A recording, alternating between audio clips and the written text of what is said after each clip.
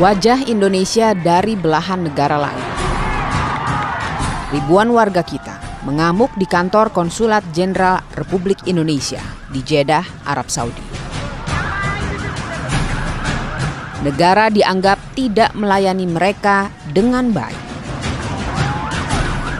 Masa amnesti yang singkat dari pemerintah Arab Saudi memicu puluhan ribu TKI ilegal ini menyerbu kantor konsulat.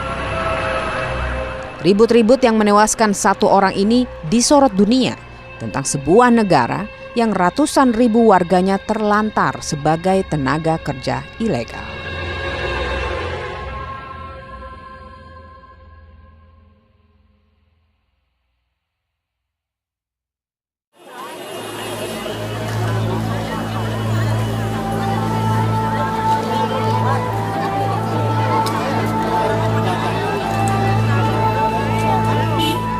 Hari itu, 12.000 lebih tenaga kerja Indonesia datang dari seluruh penjuru Arab Saudi. Kabar adanya pengampunan atau amnesti dari pemerintah Arab Saudi menjadi berita gembira bagi ratusan ribu TKI ilegal. Riyadh dan Jeddah ditunjuk melayani amnesti. Pengampunan diberikan terhadap siapapun warga negara asing ilegal yang melanggar aturan keimigrasian dan ketenagakerjaan di Arab Saudi. Rentang masa amnesti dari 11 Mei 2013 sampai 3 Juli 2013. Warga negara asing yang berhak atas amnesti diantaranya yang melampaui izin tinggal atau overstayer, pekerja migran yang kehilangan paspor atau pekerja yang kabur dari majikan. Melihat kerumunan ini terlihat jelas betapa banyaknya TKI kita yang melanggar aturan imigrasi di Arab Saudi. Amnesti memiliki dua tujuan: pulang ke negara asal tanpa didenda atau penjara, atau tetap bekerja di Arab Saudi secara sah. Tak heran, TKI bermasalah dari seluruh penjuru Arab Saudi yang selama ini tak berani menampakkan diri, berduyun-duyun meminta amnesti.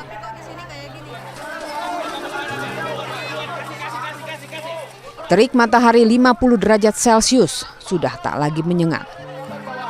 12.000 orang ini sudah berhari-hari bersabar mengantri, berdesakan, menahan lapar. Tapi kantor Konsulat Jenderal RI hanya mampu melayani 6.000 orang per hari. Semua orang, pokoknya udah pada marah di sana, udah ngantri panas, nggak makan, nggak kencing, nggak apa, perut lapar, kepengen kencing ditahan, nggak ada hamam, nggak ada WC. Gimana nggak kesel, Mas? Pelayan Zafara itu nggak memuaskan. Sementara ada orang dari luar daerah loh, dari Madinah, dari kan jauh, 6 jam. Sampai 3 hari nggak dilayani. Nggak dilayani itu. Sehari mental, kurang ini kurang itu, mental lagi. Ya amarah emosi, ada yang bawa anak kecil padahal korbannya lebih dari 20. Kemarin bisanya dibakar, Mas. Korbannya banyak maksudnya yang Mas, hari Sabtu itu aja saya 3 katanya, siang pagi 1, sorenya 2, pingsan terus langsung mati. Orang saya nulung juga orang banyak, saya kan ngeter teman saya udah gitu, Mas. Kerusuhan tanggal 9 Juni itu menjadi cerita buruk bagi para korban. 1 orang tewas dan 80 orang TKI ditangkap dengan tuduhan provokator. Perwakilan Indonesia di Jeddah menutup rapat identitas TKI yang ditangkap dalam petaka ini. Salah satunya Imam Muhdi. Suami saya itu nggak ngapa-ngapain, cuman itu gendong anak saya, terus dikasihin sama saya, terus langsung diituin sama polisi. Kirain itu suami saya itu ikut bakar-bakar, ya langsung diambil begitu saja. Oleh itu polisi Saudi. Imam Muhdi yang dituduh provokator kini hilang. Tapi Hamimah, sang istri, tetap berjuang mendapatkan SPLP atau Surat Perjalanan Laksana Paspor sebagai syarat meminta amnesti. Ya, jadi sebenarnya SPLP ini kan surat perjalanan laksana paspor dan ini sebenarnya dokumen resmi ya, dokumen perjalanan dan ini bisa digunakan untuk mereka yang akan pulang ataupun yang akan bekerja. Penerbitan SPLP itu kan dari prosesnya juga lebih singkat.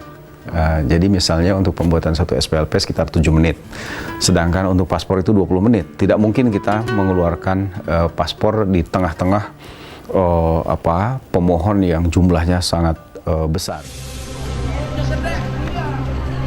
Mbak, lurusin Mbak. Lurusin barisannya. Lurusin. Pembuatan SPLP relatif lebih singkat. Ini prakteknya.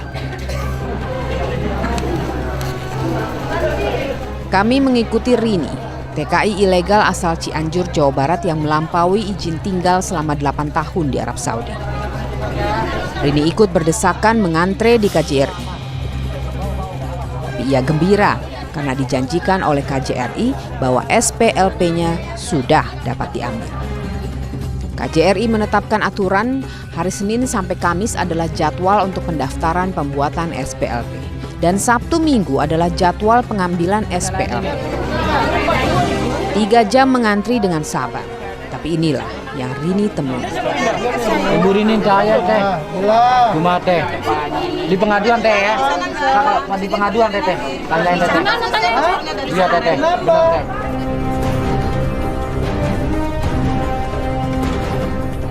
Oh, sono, masuk ke lapangan ya. Di lapangan itu. 169.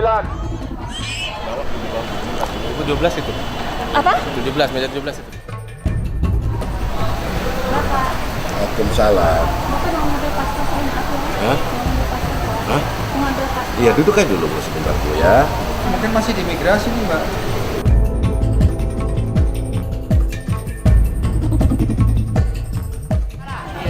Saya nunggu Papa dari tadi. Ayo, saya terangkan. Mana? Ini kenapa Bu? Maaf aja, kenapa ini? Saya kan ngambil paspor Pak dari sana, katanya harus ke pengaduan. Iya, Nomor itu sabar. ke sana harus ke sini masih ditolak. Kemana Iya, lagi Pak? ini sekarang Ibu lebih baik kalau mau jadi sekarang, Ibu bikin ulang lagi daftar, isi semuanya akan dijadikan hari ini juga Bu. Isi formulir Iya, Gimana isi ngambil formulirnya Pak? Formulir di bawah tenda akan dijadikan hari ini. Kita bekerja sampai malam. Di sana ambil nomor antrian di sana Ibu, habis antrian ambil di sini.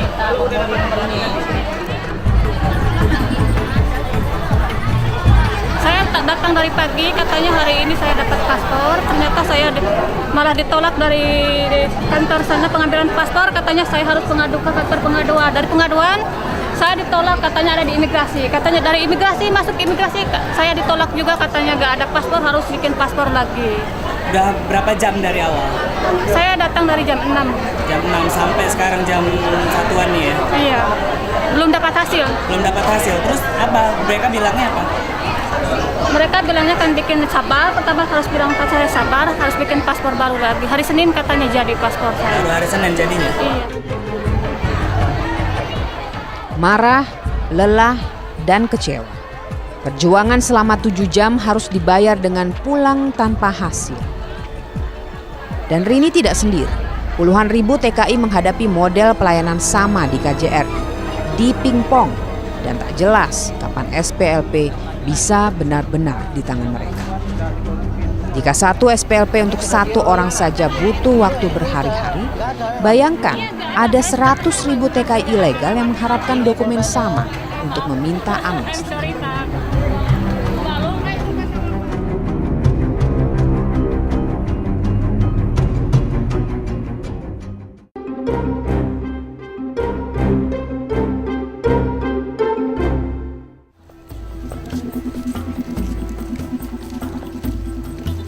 Surat Perjalanan Laksana Paspor atau SPLP diterbitkan untuk 2 tujuan. Sebagai surat kepulangan atau surat mencari kerja. Saat ini sedikitnya tercatat sudah 100.000 lebih buruh migran ilegal memegang kartu SPLP. Menggantungkan nasibnya kepada kartu tersebut. KJRI Jeddah mencatat 20% atau lebih dari 20.000 pekerja migran ilegal yang mendaftar bermaksud pulang ke Indonesia.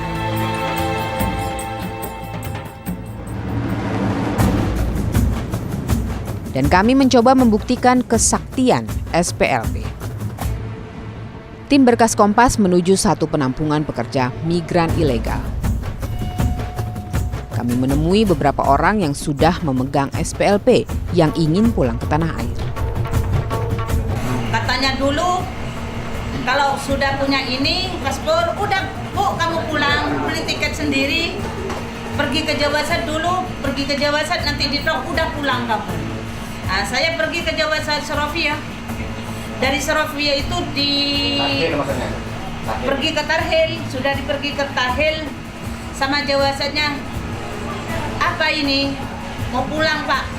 Boro-boro udah pulang ke rumahnya sendiri katanya. Ini pulang di sini Pak? Pulang ke rumah di sini, iya. Dikasih exit permit ya? Iya. Iya, saya mau pulang. Udah ada SPLP-nya? Ada SPLP tapi masih dipersulit dengan Jawasan. Dengan polisi sini. Alasannya katanya masih nunggu di pintu gerbang lagi. Saya sudah antri 3 kali antrian. Tapi masih dipersulit dengan Jawasan di sini. Banyak yang menderita karena yang mempunyai garis maujud itu tidak sama sekali tidak ada yang berhasil untuk pulang. Kayaknya pulang, cuman itu aja pingin pulang. Gimana caranya? Otomatis secara singkat gitu, biar nggak biaya duit itu di sini buat kerja nggak kerja, duit tiap hari habis. Pekerja migran yang kami temui di penampungan ini ada yang telah puluhan tahun bekerja dan tinggal di Arab Saudi. Bahkan ada yang belum pernah sekalipun pulang ke tanah air. Menjejakkan kaki kembali ke tanah air menjadi impian mereka.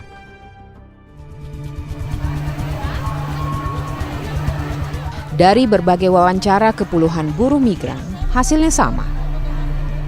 SPLP tidak bisa diterima sebagai dokumen yang sah untuk pulang.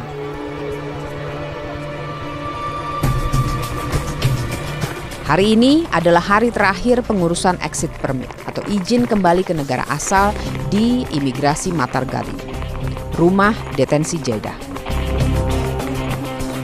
Pengamanan imigrasi Matar Gadim tergolong ketat. Selain sebagai garda imigrasi, lokasi ini juga digunakan sebagai rumah detensi. Penjara bagi buruh migran yang melanggar aturan keimigrasian setempat.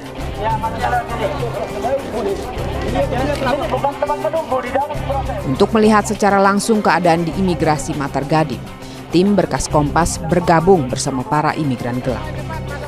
Pengurusan exit permit hanya dapat dilakukan 1 kali dalam 1 minggu. Itu pun hanya di hari Rabu. Yang tidak merasa punya nomor ijazah lebih baik di rumah saja. Berjam-jam menunggu, ribuan buruh migran harus menelan kecewa. Impian untuk pulang ke tanah air pupus.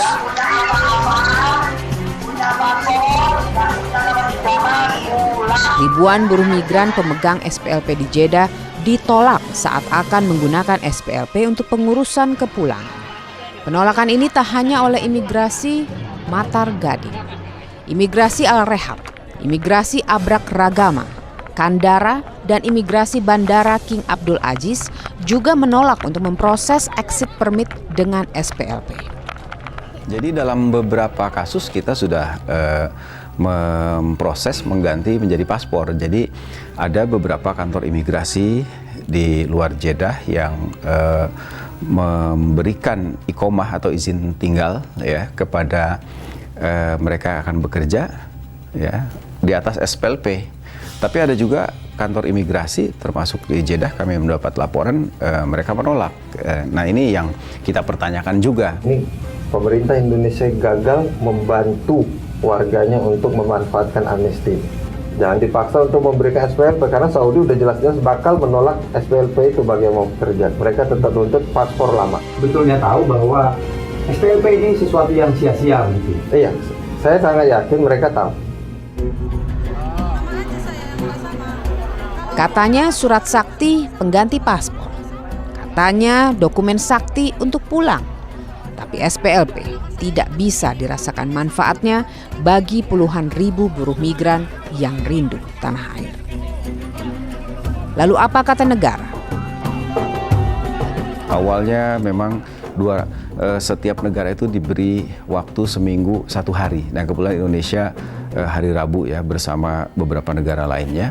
Sementara fakta seminggu sekali itu pun di bawah 200. Jadi sesuatu hal yang tidak mungkin. Jadi ini kebijakan amnesti yang maksudnya baik tapi tidak diimbangi oleh kalkulasi penyelesaian persoalan. Negara justru menuding kinerja petugas imigrasi Arab Saudi yang tidak maksimal mengurus exit permit. Kami mengonfirmasi ke petugas imigrasi Arab Saudi. عنوان كفيل تعريفه بالراتب جنب سوي له جواز اصلي اللي يبغى يسافر اوكي ما في مشكله سوي SPLP يسافر شهرين مدته سنه ما في غرامه مروريه ما في غرامه مروريه ما في غرامه اقامه كله معفي عشان عفو ملكي. Jika izin meninggalkan Arab Saudi memerlukan identitas awal, lalu apa arti amnesti? Dan untuk apa SPLP? Padahal logikanya, pekerja migran menjadi ilegal karena tidak punya dokumen. Akankah pekerja migran bisa kembali ke tanah air?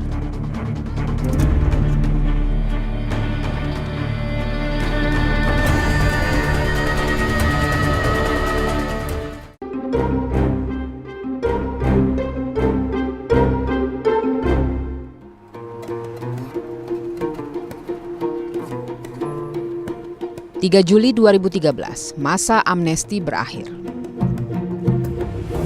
Pasca 3 Juli, pemerintah Arab Saudi akan memberlakukan razia besar-besaran bagi WNA yang tidak punya izin tinggal. Pekerja migran resah karena sampai 3 Juli, dari puluhan ribu TKI yang ingin pulang, tak sampai 100 orang yang berhasil kembali ke tanah air. Jatah dari Indonesia itu kan harinya hari Rabu. Tapi hari pelayanannya dari pihak Tarhil atau pihak detention office di sini. Tapi kita mulai kerja itu hari Selasa, pendaftaran dan sebagainya. Yang keluar belum banyak, sekitar 35 terakhir kita cek. Kami mengikuti pertemuan Ansor, kelompok relawan yang membantu KJRI mengurus amnesti. Gimana sistem kami supaya Pertemuan ini mencetuskan petisi suara satu, menuntut exit permit dari pemerintah Saudi Arabia. Ingin pulang berupa dokumen SPLP, mendapatkan visa exit dari pemerintah Saudi dan menyiapkan armada angkutan untuk kepulangan ke tanah air. Mengeluarkan paspor lama bagi pekerja yang kaburan atau menerbitkan paspor baru, bukan SPLP. Tuntutannya sederhana, exit permit bagi yang ingin pulang dan penerbitan paspor bagi TKI yang ingin tetap bekerja di Arab Saudi. Paspor dan bukan SPLP. Ilegal, tapi asa mengais rezeki di negeri orang belum surut. Karena jika pulang ke negeri sendiri, tidak yakin akan hidup dengan apa. Pilihannya tetap bertahan dengan mencoba membuat paspor baru. Sejatinya membuat paspor baru prosesnya sederhana. SPLP digunakan untuk membuat igamah atau surat bekerja dari majikan. Artinya, jaminan dari kafil atau majikan inilah modal membuat paspor baru. Tapi proses ini menjadi celah yang dimanfaatkan agen TKI untuk datang meraup keuntungan. Dia mau fee dia 1.700. Iya, biro jasa. Biro jasa itu kan. Tapi karena amnesti udah mepet, mau tidak mau, semua yang mau berterima ikat mereka datang. Jadi di sini mereka seperti hero ya, pahlawan kesiangan. Padahal nggak ngapa-ngapain. Bikin ribet ya? Ibaratnya deal-dealnya langsung antara udah deal privat. Seharusnya langsung ke KJRI tanpa PT bisa. Kan ini alasannya biar ada pihak PT. Tanggung jawab. Tanggung jawab lah, nggak ada urusan. Abjad itu nggak diakui di Saudi. Saudi cuma tahunya KJRI sama KBRI. Bisa.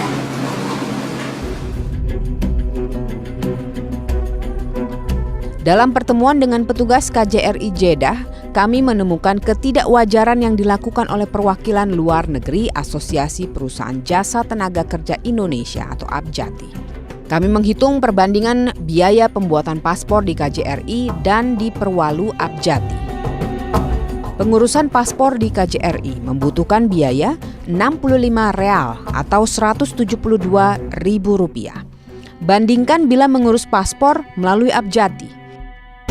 Biayanya Rp3.900 atau Rp10 juta lebih, dinaikkan hampir 60 kali lipat dari harga resmi.